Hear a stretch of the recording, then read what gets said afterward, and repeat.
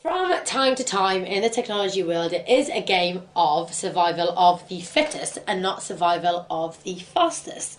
This could be the case with the touchscreen 8 megapixels camera phones. LG rushed out, tried to get it first to market with the KC910, also known as the Renoir, but Samsung held out a little bit longer and produced what we think is actually better, and it's this, the Samsung Pixel M8800.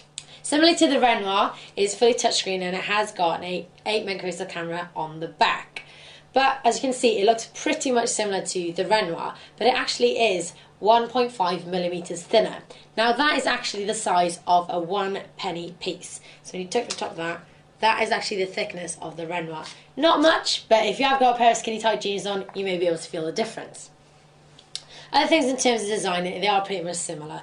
You've got the on-off buttons here and the menu buttons here. And you've also got buttons on here to go into the camera. You can view your pictures on here in multiple or singular. And then you can also play your music on there.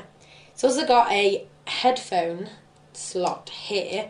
And again, if you remember on the Renoir, it didn't have a 3.5mm jack, but it has an adapter. And voila, the Samsung Pixel has actually done the same. In terms of the touchscreen itself, it is 3.2 inches in size, slightly bigger than the Renoir.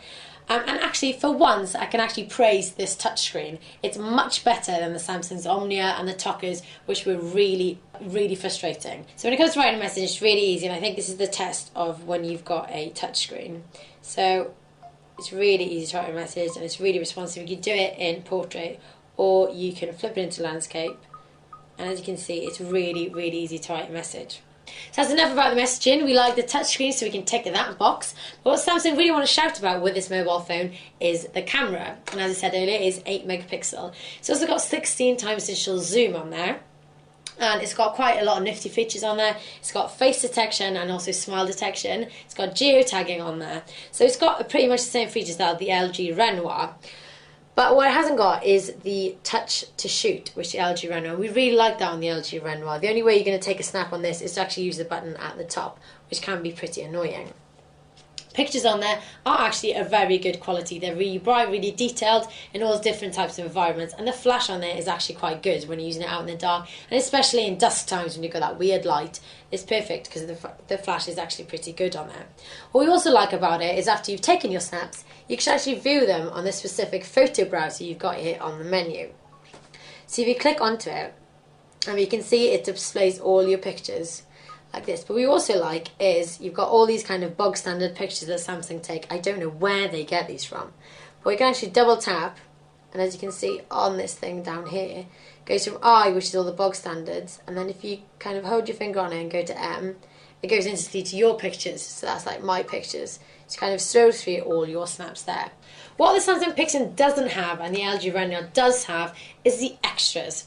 Okay, it's got the camera, it's got the nice touchscreen, but it doesn't have the Dolby music, and it doesn't have the DivX things that the LG Renoir could offer.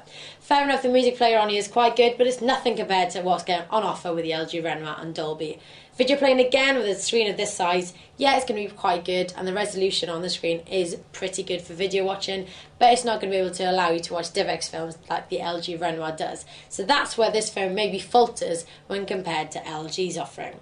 All in all, we're pretty impressed with Samsung's offering of this 8 megapixel camera, which is the M8800. It's a bit of a mouthful to try and say it, and you know, we've had a play with it, we really like it, and we're really proud to say that this actually is up there with the touchscreens out there, with the Nokia Tubes, and also with the BlackBerry Storm, which we'll be seeing next week, fingers crossed. But yeah, we pretty like it, and actually, I don't mind it. I would have thrown the Omnia out and the Toka, but actually, I might keep hold of this. It's a pretty nice phone.